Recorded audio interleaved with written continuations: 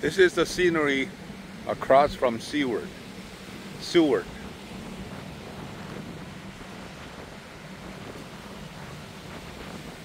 As we know, Seward is the Secretary of State during Lincoln's era.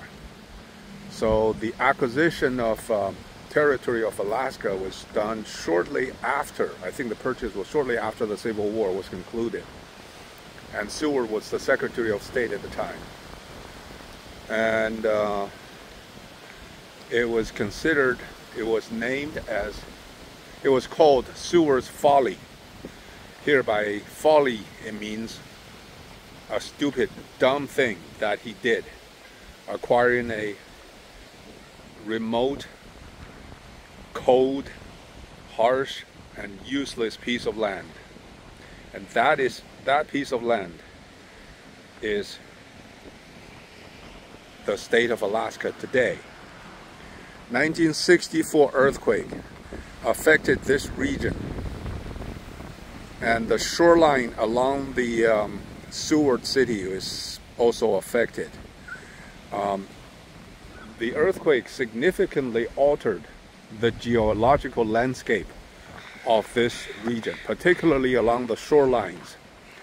And the shorelines, certain sections are subducted under sea level. So they're lowered so much. They used to have trees growing on top, and then they become all of a sudden under the surface of the ocean, and that caused the salt water to immediately kill the trees, and the tree become just the bark, just the tree trunk standing in the middle of water. I don't see it in here, but I remember I saw it last time I was in the area. The tour guide showed us this region. And so some sections of the shoreline actually was lowered by several meters. And just consider 1964 earthquake, how big that is. That is Richter scale 9.2, which is massive earthquake. And so this entire section on the bay, behind me is the RV park where I parked my car, is actually considered unsafe to build permanent buildings, because if there's an earthquake, there could be a major tsunami that could destroy buildings on the shore. Of course, RV parks are okay because they're not permanent settlement, and also RVs are not afraid of earthquakes. But if there's a tsunami, of course, it's just everyone has to drive away. That said,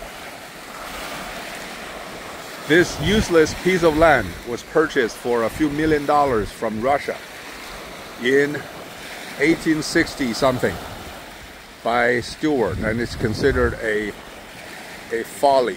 And look how smart they are, how smart he is today, if we look back. And this is a beautiful, beautiful area, rich in fisheries, and a lot of fishing industry, fishing companies are based in here. And so Seward is famous for its fish, for halibuts, for different kind of fish.